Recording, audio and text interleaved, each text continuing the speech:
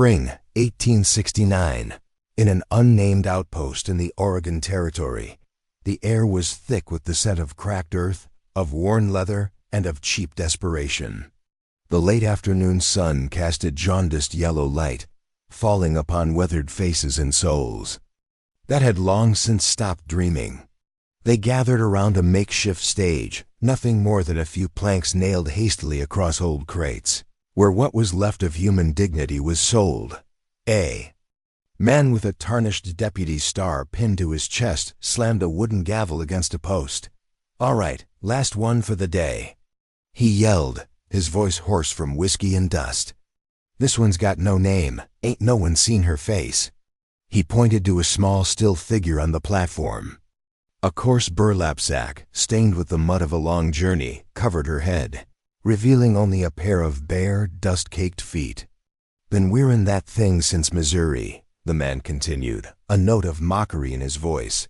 "Says she can work. Says she obey. Starting bid $2.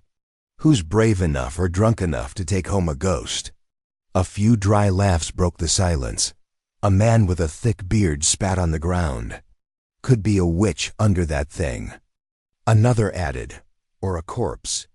Might as well marry the damn sack." The girl on the platform did not move. Only her breathing, quick and shallow, betrayed the fear she held tightly within. Her hands, bound in front of her with frayed twine, clenched, and then released. The silence stretched on. It seemed no one wanted to buy an unseen burden. And then, the crowd parted. From the back, a tall man walked forward. His shadow stretched long across the ground. A canvas coat over broad shoulders, a face half hidden by the brim of his hat. His boots were heavy with mud, but the axe at his side was kept clean. He was a man of the forest, not of crowds. He stopped before the stage. $2, he said.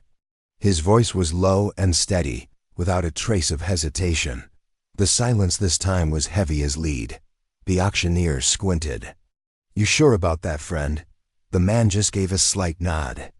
"I said what?" "I said." There were no more laughs.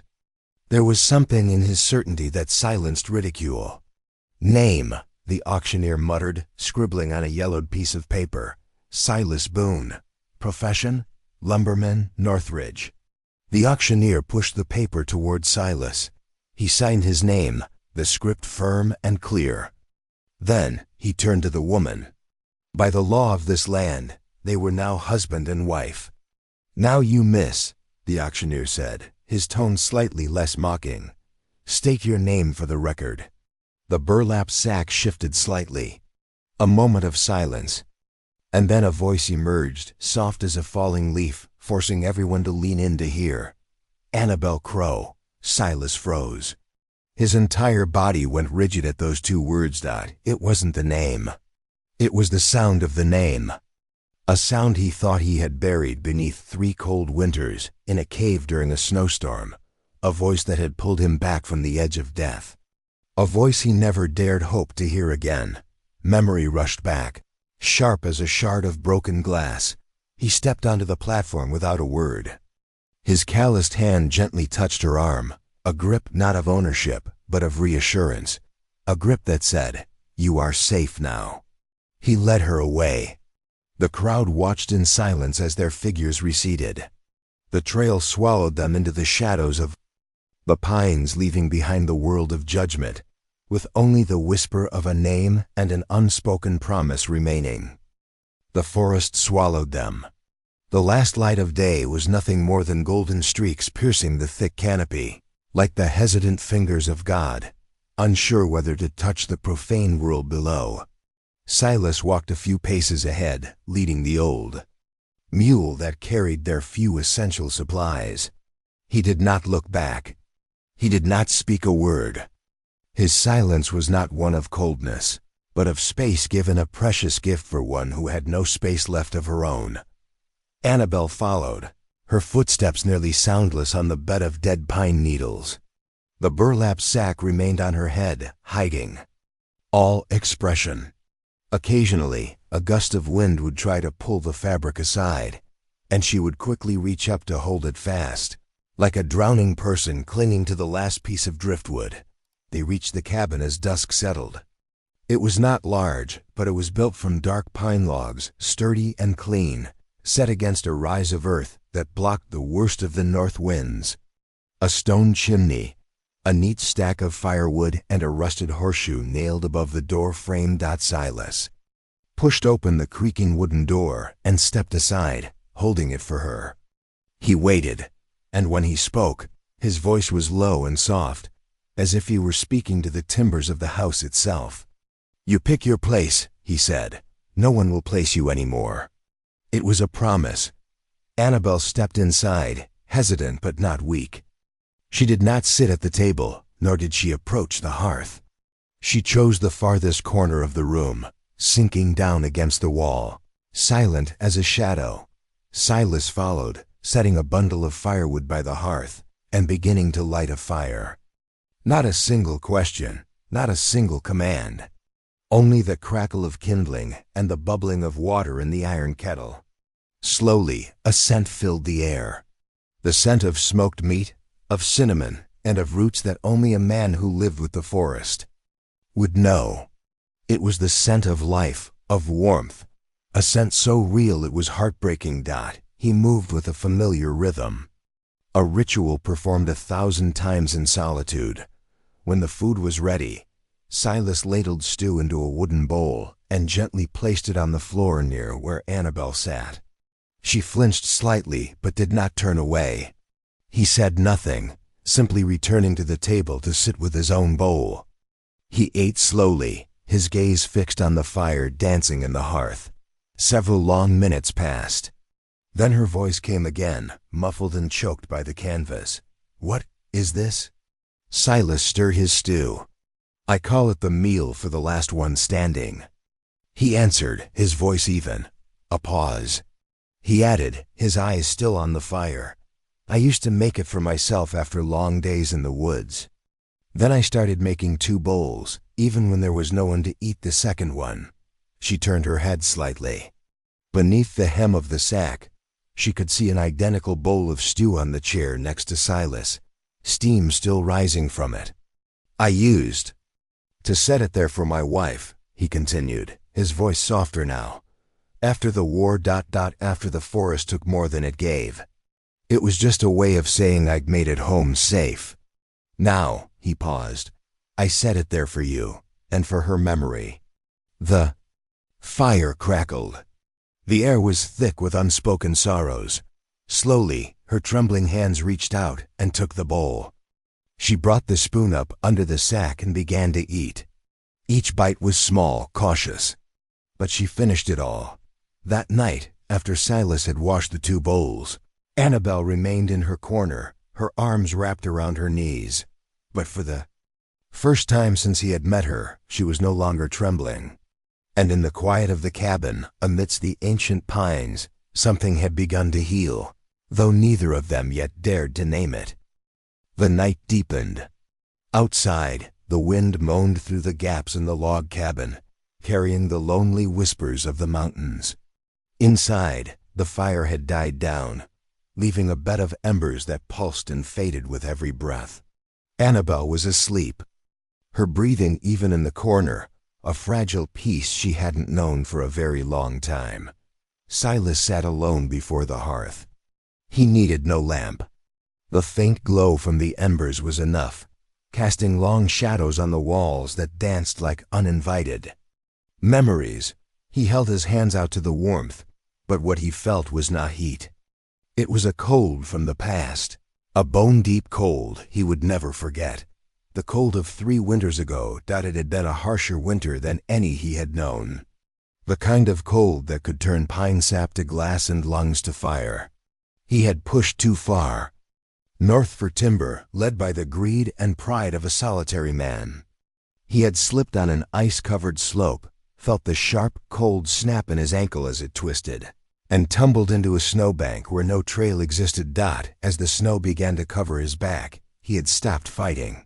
He had been ready, but then there were hands. He remembered only rough, calloused hands dragging him. Not gentle, but determined. He remembered the jarring pain as his body was pulled over rock, and then darkness. He awoke to firelight. A small cave, hidden behind a curtain of ice.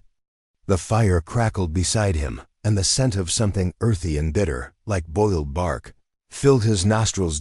And then he saw her. Sitting across the fire from him was a figure. A woman.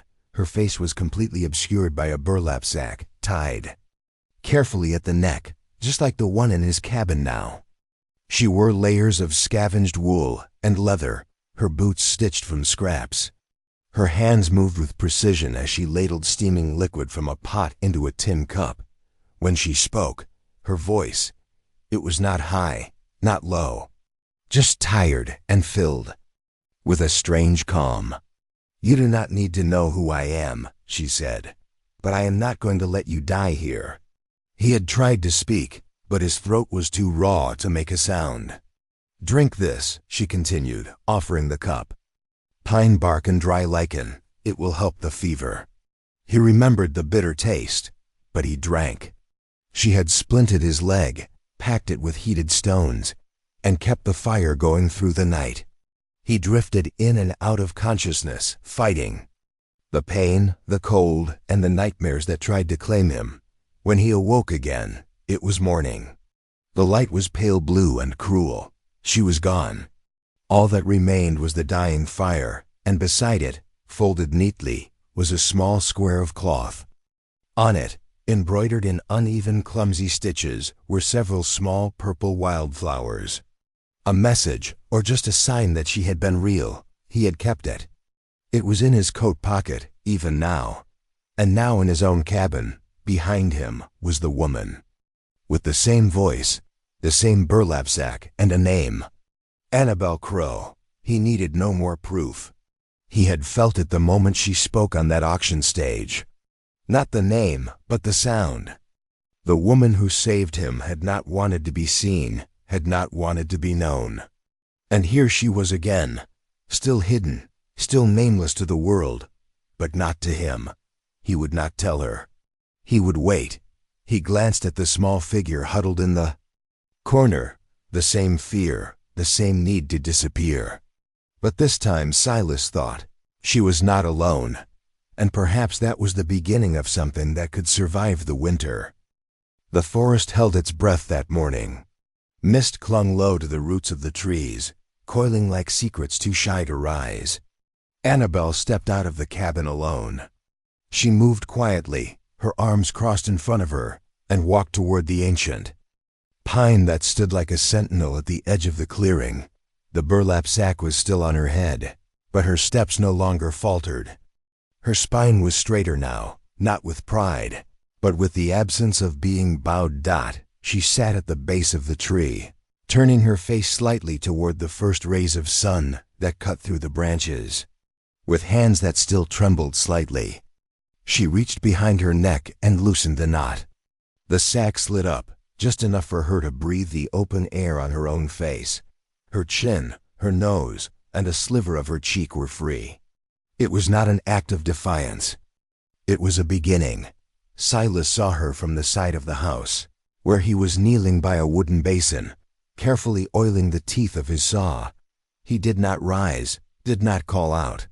But after a moment he spoke, his voice low and steady, as if he were speaking more to the trees than to her. "I once got hurt bad," he began. "Wintertime near Black Ridge. I should have died out there." His fingers kept moving over the sharp steel blade. "But someone found me, pulled me into a cave, saved my life." Annabel did not turn. "She wore a sack over her head," he went on. "Wouldn't tell me her name, barely let me see her hands." He paused, then turned his head just slightly, not to face her, but to let his words carry more fully. "But I remember her voice." He let the silence settle. "Your voice, it sounds just like hers." A stillness fell. And then there was a sound, the soft scratch of burlap sliding over skin. Silas did not move, not even when he felt her eyes on him. When he finally looked up, she was staring straight at him. The burlap sack lay in her lap. Her face was not deformed. It was not monstrous, it was a human face. But it bore a mark no one could ignore. A long curved scar ran from her right temple down to just above her jawline. It was old, no longer raw, but deep and permanent, as though cruel, frantic fingers had tried to claw something from her that would not come free. She met his gaze. No longer hiding, but not proud. Simply bare. "The man who ran the boarding house where I worked," her voice came as a whisper. "He told me I could keep my room if I gave extra." She swallowed hard. I refused. He didn't like that. She looked down for a breath, then back to Silas. He came at me. I fought back. I pushed him. He slipped. His head hit the stove. She stared past him now, into memory. He died, and I ran. Silas's jaw tightened, but he said nothing. "They said I killed him on purpose." Her voice trembled slightly. "That I lured him, that it was all planned. There were no witnesses. No one believed me." She looked down at her own hands. "They called me a liar, a temptress, a killer." Silas stood up, wiping his hands on a rag. "They sold me off to pay his debts," Annabel continued, her tone low and flat. "Passed me from one man to another like cattle. They covered my face to make it easier, to make me into nothing." She looked down at the sack in her lap. "I wore this so people wouldn't look at me and decide what I was worth before I even spoke." She looked up at him again, her eyes glassy but fierce. "I didn't ask to be saved. I didn't ask to be bought. But I am so tired of hiding." Silas did not step forward. He did not touch her. He only nodded, a slow, deliberate motion. "Thank you," he said, his voice warm and real. "Thank you for telling me. You didn't have to, but you did." She blinked hard, but no tears fell. Only a breath, finally released Dot, and in that breath, something shifted. For the first time since she'd arrived, she was not a shadow. She was a woman with a name, a story, and a face. And Silas had seen all three, and had turned away from none of it. The air in the cabin was different the next morning. It was no longer the silence of fear and uncertainty, but the quiet hush of understanding, like a breath held in the space after something fragile has been shared and carefully received. Annabel had not spoken much since the day before, but she had not reached for the burlap sack. It no longer lay at the foot of her cot like a shield awaiting battle. Her hair, untied, fell quietly against her shoulders as she rose. Her steps were still cautious, her posture still guarded, but something inside her had shifted. Something small, like the ground thawing beneath the snow. She blinked at the morning light pouring through the small window and moved toward the table, expecting the usual objects: the tin of coffee, the wooden bowl she washed each night, the old spoon. She stopped short. Something new was waiting for her. A small mirror Dot stood upright, its silver frame aged at the corners, but the glass was polished to a perfect clarity. It was propped against a carefully carved wedge of pine, angled perfectly to catch the morning sun so that it might illuminate, not expose. Next to the mirror lay a silk scarf. It was the color of the sea, faded in places, but soft and folded with a reverence that suggested it had once been a treasure. There was no note. Only the mirror and the scarf, placed as if they had always belonged on that table, and as if she had always been meant to find them. Annabel stared at them for a long time. The fire in the hearth had gone low, and only the soft crackle of old pine and the creak of the ceiling beams filled the room. She approached the table slowly, as if she feared the mirror might reflect something she could not bear. But when she looked into it, she saw nothing new. She knew her own face, knew every ridge of the scar. Her hand rose, and she lightly touched the mark on her cheek, the way one might touch a name etched in stone. Familiar, inevitable. But this time, under the morning sun, through a clean pane of glass, she did not wince. The scar was there, it always would be. But so was the woman behind it. Her gaze shifted to the scarf. She lifted it with both hands. It slipped through her fingers like river water, cool, gentle and kind. She brought it to her head, wrapping it around her hair. She did so not to hide the scar, but to shape what others would see, to soften the lines, to take control of her own image, not from shame, but from choice. In the mirror, a new figure emerged. Not the hunted girl from the auction, not the ghost from the snowstorm, but a woman, whole, upright, still carrying what she had endured, but no longer buried by it. From behind her, a sound. Soft boots on the plank floor. She did not turn. She did not need to. Silas stood in the doorway, one shoulder leaning against the frame. He had entered without a sound, as was his way. But the look on his face was not one of surprise. It was one of quiet reverence. He tilted his chin toward the scarf. "That used to be my wife's," he said, his voice steady. "She wore it whenever she needed to feel like herself again." Annabel's fingers brushed the silk near her temple. "I thought maybe it would suit you too," he added. She turned slightly toward him, no longer flinching, no longer defensive. He held her gaze, unwavering. Then, with a voice as soft as moss and just as grounding, he said, "Anyone who tries to make you ashamed of what you survived is blind." A beat passed. "And the blind have no right to judge beauty." Her throat tightened. Tears began to fall, slow and warm, not the sharp tears of desperation, but the cleansing tears of release. She looked at her reflection one last time. Then, gently, she reached out and laid her palm flat against the mirror, meeting herself halfway. And for the first time, in a very, very long time, Annabel Crow allowed herself to be seen. The peace they carved out in that forest clearing did not last. In these lands, it never did.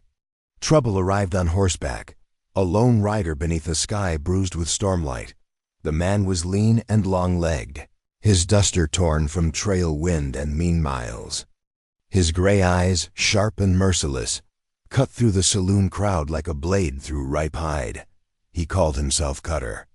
And Cutter was no drifter. He was a bounty hunter, the kind who could read tracks like scripture and smell secrets under a man's boots.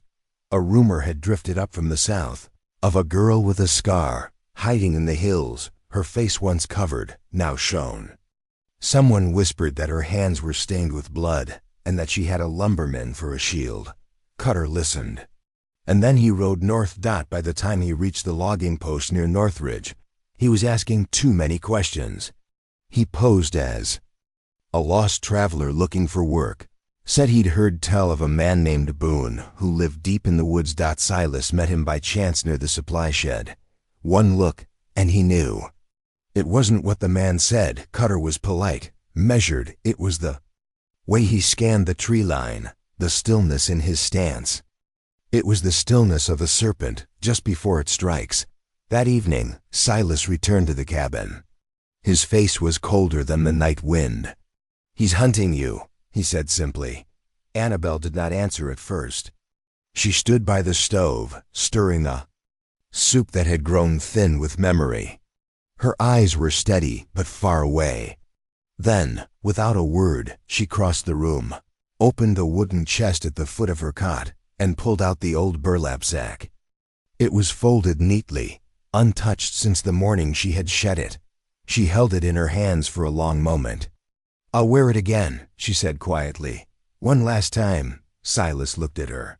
"You don't have to." Her eyes met his, no longer the eyes of prey, but of a hunter in her own right.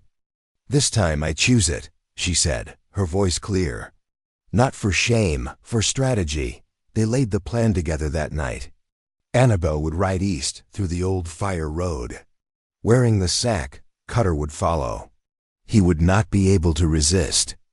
The image of a lone, scarred, and covered girl, a ghost reborn. Silas would take the mountain pass, cutting across to meet the sheriff in town. If the plan worked, Cutter would follow her straight into a trap. At dawn, as the sky was just beginning to blush, Annabel mounted Silas's second horse and rode out. The burlap sack was tied tight over her head, her heart hammering against her. ribs, but this time she was not trembling. She looked straight ahead. From a hilltop, Annabel watched it all. Cutter was disarmed, bound, and thrown over the back of his own horse. The hunter had become the hunted. Only when his figure had disappeared behind the distant rocks did she ride down Dot when she reached Silas. He stepped forward to help her from the horse. She let him.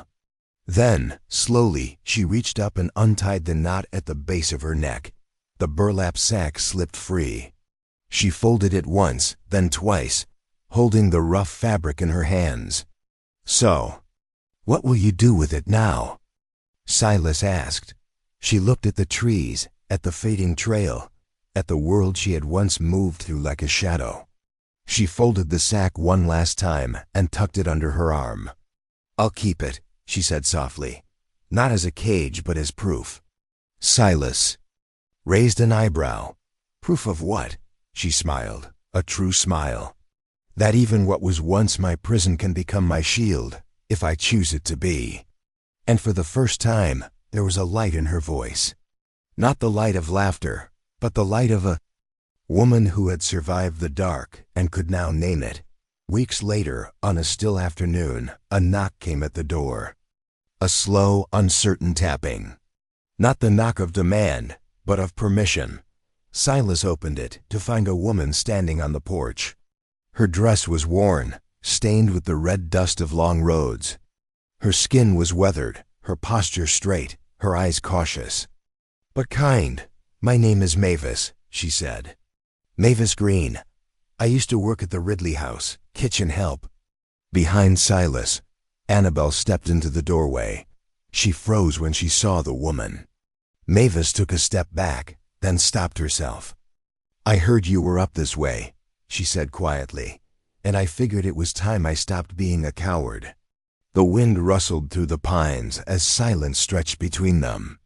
"I saw what happened that night," Mavis continued. "Saw him drag you into that back room, heard you scream, heard the crash. But I didn't speak up. I needed the job. I needed to eat." Annabel's fingers tightened on the doorframe. "I'm not proud of that," Mavis said, her voice trembling. "But I can make it right now, if you'll let me." Later, over tea at the table, Mavis recounted everything. With Silas's help, they wrote it all down. Mavis signed her name to the affidavit, her penmanship strong and careful. The letter was sealed and sent to the nearest judicial office. More. Weeks passed. The forest grew greener. The sky grew warmer.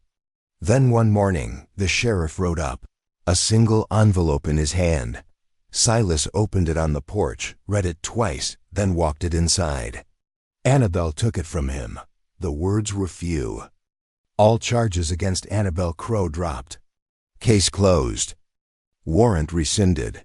She read them again and again. Then she walked outside, past the woodpile, past the horses, and down to the tree line.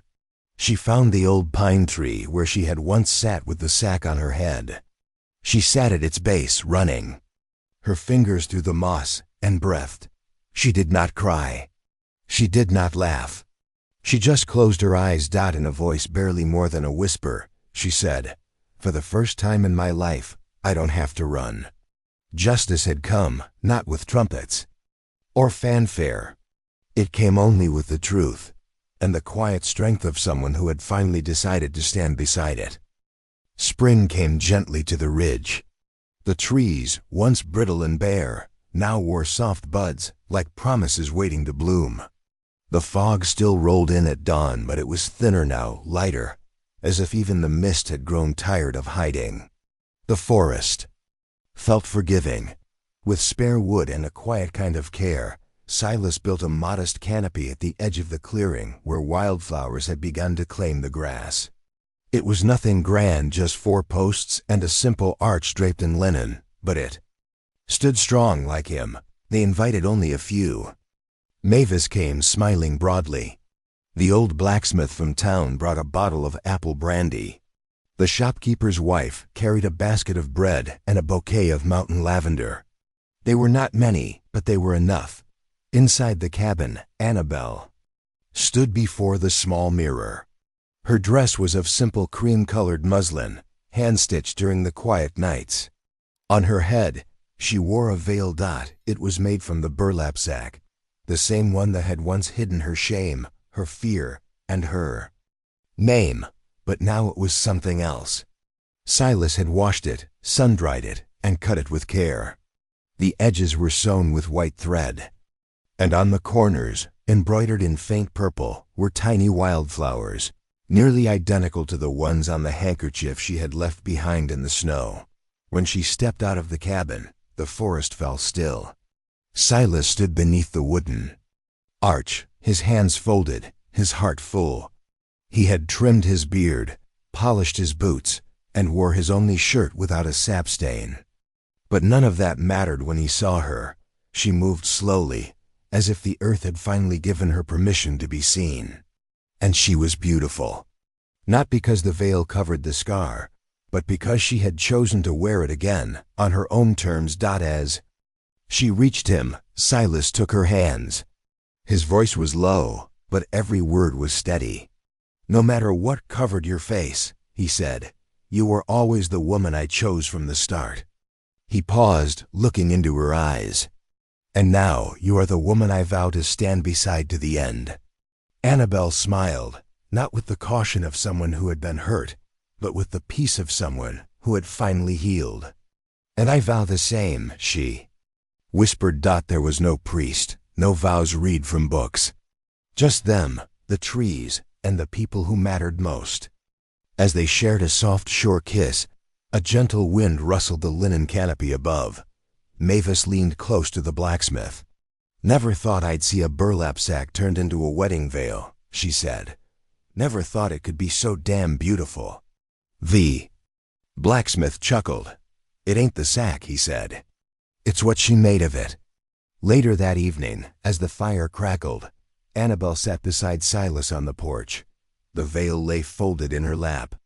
She ran her fingers over the embroidered edge. "It's funny," she said. "This thing used to mean everything I feared." He looked over. "And now?" she smiled. "Now it means everything I chose." Silas nodded. He reached over, lacing his fingers through hers. They sat that way until the stars came out. And the forest, once their prison, now held them like a home. Their love did not erase the pain, the scars, or the silence, but it turned what once bound them into something that could bless them. Because sometimes survival isn't just about holding on. It's about choosing what to hold on to.